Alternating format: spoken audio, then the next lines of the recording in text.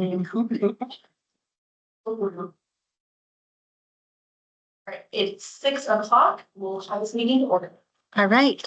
Chair Dina Phelps, Here. Vice Chair Maggie Burns, Luke Curtis, Kyle Davenport, Here. Alex Day, Here. Elizabeth Copps, Here. Marie Hoda. Edie Hughes is not present. City Council Liaison Chelsea Noon accounts that she would be just a little late. And we have Inglewood School Liaison, Devon Williams. Excused, we have Amy Wilson. Staff present, we have Director Christina Underhill, Library Director Rachel Fuel, and Library Operations Manager Carrie Watson.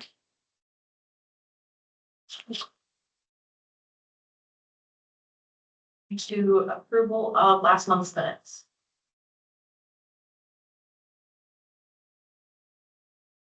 I move to approve the minutes from August 31st. Right. Second. All those in favor, say aye. Aye. All those opposed? All right. I don't believe we have any public comment this evening, so then we can move on into the statistical report. All right, terrific. Got that one here, and I'm also gonna pass around, Jenny passing, oh, thank you, Stuart. Also passing around some very exciting summer reading statistics for you, which is really our most exciting thing. Share with the evening. Because it was a wildly successful summer. Both of our programs exceeded our goals and exceeded our registration and participation from last year. So we are so super thrilled. I wanted to share that with you. Marie, I know you were interested in the teen volunteers, so got that here. We got Got the total hours in the summer. So 301 hours from our teams this summer, and I did crunch the math. If that were minimum wage jobs, that would have been $5,400. So All right. that's some very good value from those participants, and we are thrilled for that too. This was a really great programming summer. Kimberly had some super successful color parties. I got to be a guest star at one of them. I got to wear the inflatable unicorn costume. The report. So that was super fun. Our adult summer reading program also went really well, exceeded our expectations as well. So yeah, just so if you want to look at those numbers, you've got them now. And I wanted it to be much cuter for you, but we didn't get all of those steps. Got you the information and we're thrilled about it. So yeah, no problem. We were last month also closed on the weekends, so our stats do reflect that. That's a little bit of a dip. Our programs still were doing very well. So none of that was really impacted by our weekend closures last month.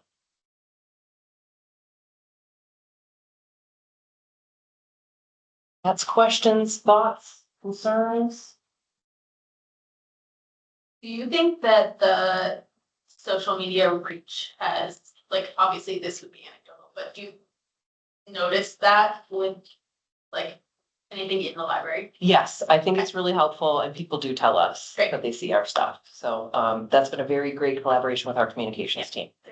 Yeah, and Vanessa did say that this month was crazy high social media stat. It like went from like 1,000 views each to like 12,000 each.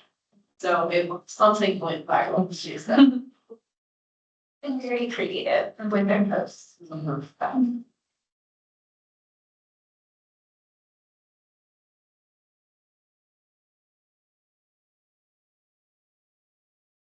Other questions? And we do continue to work with our IT team. We had a great meeting today to talk about how we could improve this report. So still working on all that. We have a lot of, I think the complexity here for us is that there are a lot of different tools that we use that we have to pull individual stats from each month. And so we're working with our IT to see if we can get something built in the background to just pull all of those. So we can display them better and, in a more actionable format, so you all can, see what we could do to make things better instead of just listening. And I'm just gonna note that Edie Hughes just arrived, 6:05. It's bobbling. Good to you. We couldn't figure out where. Oh, yeah, sorry. Came in. I forgot to. To go to. Yeah. That's a good portion. Thanks for finding. Anybody else have any questions about the statistics? This is also anecdotal, but are you seeing like any sort of drop because that entrance is closed right now?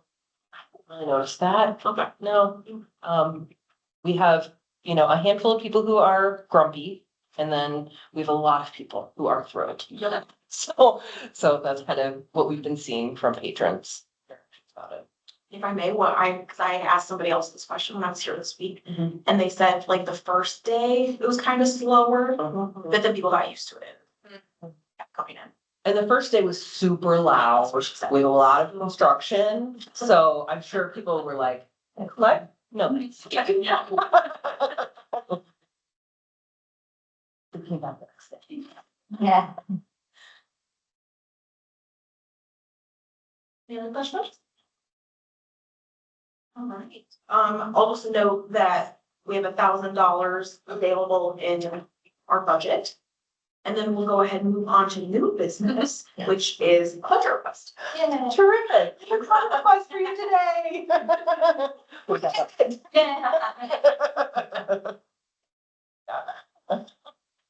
Yes, we worked with our library leadership team in our meeting yesterday and came up with what we would like to spend this money on, so hopefully this looks good to you too. So what we're asking for is $100 to support our grand opening after our week-long closure. We'd like to supply some cookies and cute stuff for patrons who come in and really celebrate, getting our meeting rooms refreshed, getting those entrances refreshed as well. We would like to request $250 for trunk or treat giveaways. It's gonna be a little bit different this year. Kimberly's gonna be reading stories, so we're trying to figure out if we're giving away in two places, if we're giving out the stories, how we're setting it all up. So that is some support we might need for that event.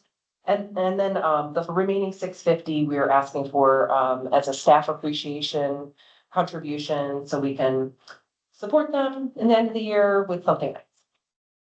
We used to always do staff appreciation, Oh. and it kind of went away, so I'm happy to.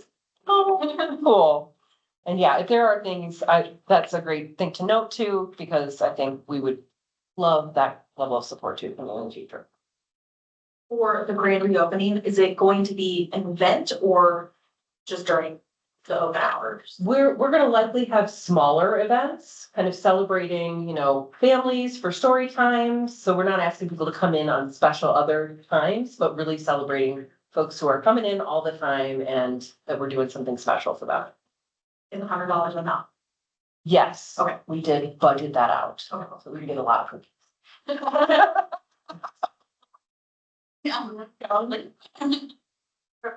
Place to get really good cookies from, like big trays. Okay. Cafe 180 is. Oh, yeah. Where is it? I'm sorry, Cafe 180. Okay. On Broadway, like super parking lot. Mm-hmm. They're absolutely incredible. The best here. They They do. always get their big massive cookie trays from. Their hummus trays are perfect. Yeah, and they're just down the street and it's local. Yeah. So if you're looking for a recommendation, I would suggest. Anything for the recommendations? Yeah. And I'll note that City Council liaison Chelsea Noonan-Camp has arrived. Yeah, no problem. It's really great. Thanks for putting this together and thoughtfully thinking through how we need our money and, yeah, I'll move to approve that I'll move to, approve that $1,000. That's pretty clear. I'll second. All those in favor of approving the budget request as written, say aye. Aye. Any opposed? We have a date then. Do you? Christina's gonna get it. I have it up. Right. I'm gonna try. Salary. No, I need to get that on my phone. Thank you for putting that together. Yeah. back to you for the facility update. Wonderful. So yeah, we've already had a light conversation about some of the things that are happening. So we did start construction on the 8th. So September 8th, we started construction on the south door. That's to make some sightline improvements to that entrance and just clear out some of that big wood kind of structure that was inside the library. So that happened on that Monday, September 8th. There was a lot of noisy action that day. Since then, it's been really reduced noise. There's just like people coming into work a little bit each day. The other construction that's been happening is the exit door, the emergency exit that's on the other side of the building. So that's on the northeast side of the library. That is installed. We are waiting for a few more elements of that door so that it's fully secure. But that's all been going really well. The other things that we're waiting on are, we continue to have meetings with our partners in facilities, IT, communications for our week-long closure. At that time, this room that we're sitting in will have new flooring, new paint. We've also ordered furniture. Not sure if it'll be here at that time or after, but it is ordered. So all of our meeting rooms will get that treatment, so Anderson and Perrin, and then all of our study rooms as well, so. A really exciting refresh for some parts of the library. During that closure, we're also getting deep carpet cleaning, and some of our carpet tiles replaced, are just.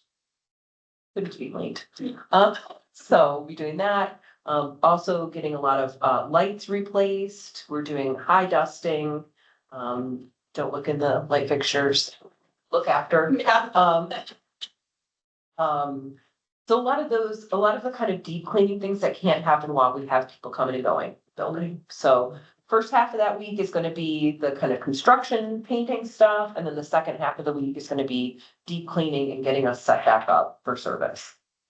And we fully plan to be complete on the 12th to reopen on the 13th. During that week too, our staff will be doing team trainings. We have an in-service day on Friday. And then we're just working on a lot of cross-training elements among our teams. So I think that'll be really good and helpful for us too. 2 questions. Yes. The 13th is Indigenous Peoples' Day. Will the library be open for that? Yes. Okay. Second question, I know that there have been some pest control issues. Is that something you're working into the deep cleaning as well, or because those are largely resolved, or are we just gonna deal with them as they arise? We have a request for pest treatment after the deep clean, because that's what we'll have to do first, deep cleaning and then do the treatment. But we're awaiting that recommendation if we need it or if we don't need it. Great. But we have had that issue resolved for a few months now. We're feeling good about it, but I know there was an article in the paper yesterday, so we are all reminded again. Yeah, that's what's happening with the facility. Does anybody have questions about that? Thank you all for finding the entrance. I'm excited for meeting that weekend, that it will happen, so it'll be so nice. Fingers crossed, furniture arrives and understand. We'll just go ahead and move on into the personnel update. Terrific. So we have been wildly interviewing. We have started 2 new folks, well, kind of 1.5. So we extended an offer to one of our part-time library associates for a full-time position. So that was really exciting. So that happened. That was also the 8th. So on the 8th, Lou started with us full-time, and then part-time library associate started on the circulation team. So that was great. That week felt a lot better. And then next week we have 2 more people starting. So really excited to get another full-time person on our team to support our adult services team. So we are almost fully staffed, everyone. Is the moving part-time staff, full-time staff open something else, or would it just all rolled up? It's all rolled up. Perfect. Yep. Great. Yeah. What's still left? What positions are still open? We still have a collection development librarian to be working on soon here. But all of our public service point staff members will be on board starting next Monday.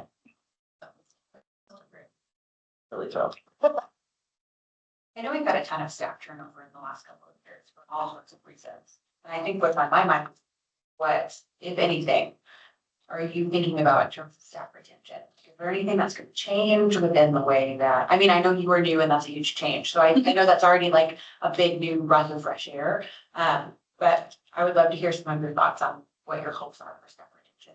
Yeah, I think the thing I've noticed is that we really need a lot of systems and a lot of cross-training in place. And so I feel like that will really help our team members kind of understand what is expected of them when they get here each day. And not leaving people kind of scrambling to figure out what their role might be today. So I think that's gonna be really helpful. I think also that cross-training element, if we can kind of pull somebody from one team to support another team on those busy days. I find that our staff is in their best spirits when they're really busy. And so when we have people kind of like lingering and I don't really know what to do next, that's when people kind of get unsettled. And so I really think some of that work, just to kind of get everybody's day-to-day stabilized and them feeling comfortable when I get here, I know what I'm gonna be doing. So to get more of that set up is really kind of my first step into that. We also are talking with our HR business partner just about like how this has all gone. She's new too. And so, has noticed that. And so we're talking a lot about what should our staffing look like? What would be the best situation for our library?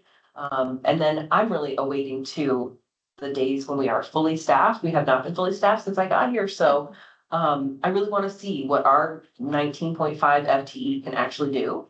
And then start to really think about, you know, with that, all that data work that I was mentioning, we really want to see like, what are our busy times of day? What are our busy days of the week? We really want to like be able to dive into that data and make good decisions about how we're staffing and how we're wanting to allocate the work. So a lot of those kind of just like kind of basic foundational things I'm working on first, and then we'll start to assess like how is that playing out?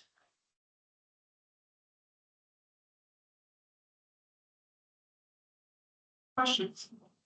On that point, in the past, one of the reasons for retention concerns was the number of part-time staff versus full-time staff. Are you also looking at requesting any transitions from part-time positions to full-time positions? So we just did that with one, Right. which was awesome.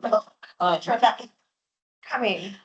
We are working with our HR business partner on that. A lot of that is really budgetary, you know, we have to. What? Yes, yeah, to find that benefit money somewhere. So yeah, that's kind of the challenge on that end. But yeah, I do want to get to a point where we are fully staffed and I can see what we can do and then see like, what are our recommendations then? Because I also don't want to just like throw out, I need 3 TE, because I'm not sure if that's really what we need. Yeah. I think that's really smart. Thank you for like being so thoughtful about it and not just asking. Yeah. When you don't really need it. Yeah. Yeah, I would like to be very clear with any request like that, with like, what will that person be doing then? Because I think that's really important, and I think we'll get a lot of that out of the strategic plan work too. To be able to kind of really relay what the goals we're trying to achieve with that and how we think we're gonna get there. Anybody else have anything on that? I don't believe we have any old business, so we'll move into sessions. Right, I'll talk about events. So, next Thursday is our homeless connect event that happens, it's actually here at the Civic Center this year because Cushing Park's under construction. And that's from 11 to 2. Anyone's welcome to attend. We have a lot of great partners coming out to assist those that may be unhoused or potentially headed in that direction. So that's on next Thursday, the 25th. And then trunk or treat, I know that's a hot one. We are charging $5 per family for a family of 6, which helps cover some of the costs of candy and other items for trunk or treat. And tickets go on sale on Monday, September 22nd. Last I checked with staff, they're limiting to 1,000 tickets, 1,200 tickets. I'll do 1,000 tickets sold. I know we were told to expect 1,000. Over 1,000 people. So Yeah. thank you for your contribution towards trunk or treat. Is that 1,000 families or 1,000 children? I believe it's 1,000 children. Children. Okay. And it's changed It's gonna be at Bellevue Park, so it's Trunk or Treat Express, the train will be running. We are gonna utilize some of the park for some fun family activities in the Coops area. And so I think it's gonna be a really fun thing. We've kind of outgrown this site, and I think being at the park, it's gonna be much more personable and just a different feel. The air will be nicer. Totally. So yes, Trunk or Treat's the 18th from 3 to 6. We're always looking for volunteers if you want to help out with a trunk or just helping out at the event itself. But again, tickets go on sale this coming Monday. And that's what day? Is it the 18th, you said? October 18th, it's a Saturday. It's a fun event. 11, what time? 3 to 6. Yes.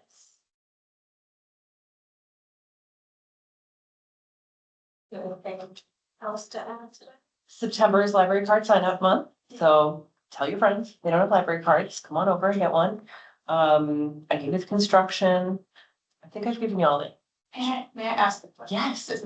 What is the status of the strategic plan? Like, is it approved? Is it still floating? It is approved, Okay. so we took it to city council on August 25th. Okay. Yes, because that date moved.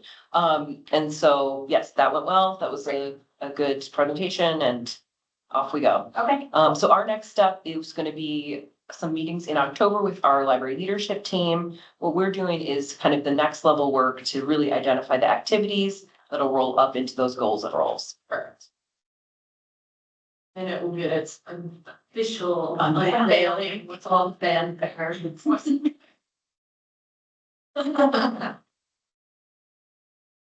Anything else for staff's choice? Okay, we'll do board member's choice and then Chelsea will start. Thanks. I can finally tell you what's happening with City Center. I'm very excited. As you know, this has been a conversation for a really long time. As City Council, we've been having a lot of executive sessions about this. And we had our first public meeting on the current plan last week in City Session. So if you'd like to go and watch that session on our YouTube, you can see that. But the current status is that, and it's a little bit wonky, so I'm gonna try to keep it to the top lines. But this area, which extends through this whole kind of shopping area, down through like the Harbor Freight area, all the way through to the Ross, is all city-owned land. And there's currently a 100-year ground lease that we're about halfway through that a company called New Inglewood LLC has purchased, and they would like to develop this land into multifamily housing, into great retail, and then ultimately redevelop city center as well.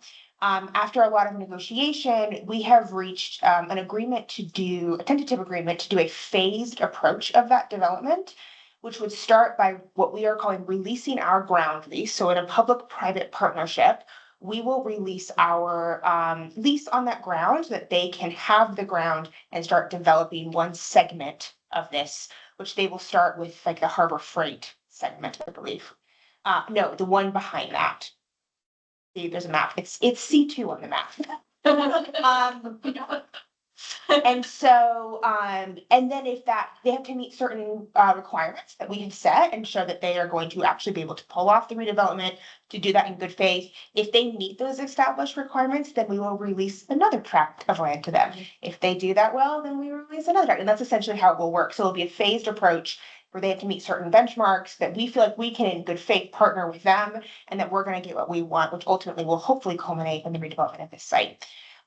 Since this is a very big city decision that we've been having a lot of conversations about in executive session, we are having a public hearing at City Council this Monday evening, in a few days, for anyone who would like to give public comment on this plan. We understand that when we are talking about transferring city-owned property to a private company in a private-public partnership, that the citizens might want to have comments on that. We want to hear your comments on that, both if you have concerns or if you're like, yes, please do this. We would like this land to be redeveloped. And then we will take that feedback with a goal of unless there are any concerns moving forward with signing that agreement in October. We have to vote on that in two steps. We've done a lot of negotiation, including a very stringent design standards that they will have to uphold so that the city maintains a lot of control over this going well. And there's been a lot of negotiation, which I'm very proud to say has come out, I think, in the city's favor to ensure that we have a lot of protection over taxpayer-owned assets. but something that hopefully will be a really good outcome for the entire city. So that is the update on where we are in this space, and then also an invitation. And if you have thoughts or would like to ask questions, to come to the public hearing. If you have any questions, feel free to grab me afterwards. That's it. That's exciting. Great, you follow that one up. Inglewood Schools is focused right now on its long-term planning for safe and modern classrooms, and we're proud that for a second year in a row, we're able to offset the mill increase that we are going to be doing. So there is no additional taxpayer burden for the taxpayers. Some of that investment specifically will be seen in classrooms through upgrades to improve the students' experience, including technology and devices that our teachers use every day. Also, I represented our district at the CASB Delegate Assembly, the 4th through the 6th. CASB is the Colorado Association of School Boards. And where our strategic plan as a school district was represented and included in the statewide platform, because that work helps obviously shape Inglewood's voice at the state level. Now I have a list of dates to run down for you guys. So if you guys need me to run back any of this information, please let me know afterward. So October 3rd is homecoming. So just want to make sure everybody's aware of that. Please show up, please join us. Probably most of the board is going to be there. And then October 7th, the 13th, the 21st, and the 24th, we're holding listening sessions with different stakeholder groups to include parents, students, Inglewood educators, and our principals. And this is regarding our cell phone policy that we're going to be instituting at the district level to make sure that obviously our cell phones are not going to be hopefully used in schools per state law. Also, October 17th is a no contact day for students, just so you guys are aware. What's a no contact? So the students are not going to be in school that day. And so open day for the library. The staff is off.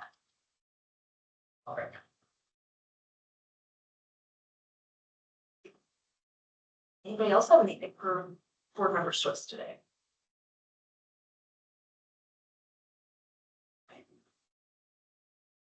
Right, well, it is 6:28. And we'll adjourn. Sorry, thank you.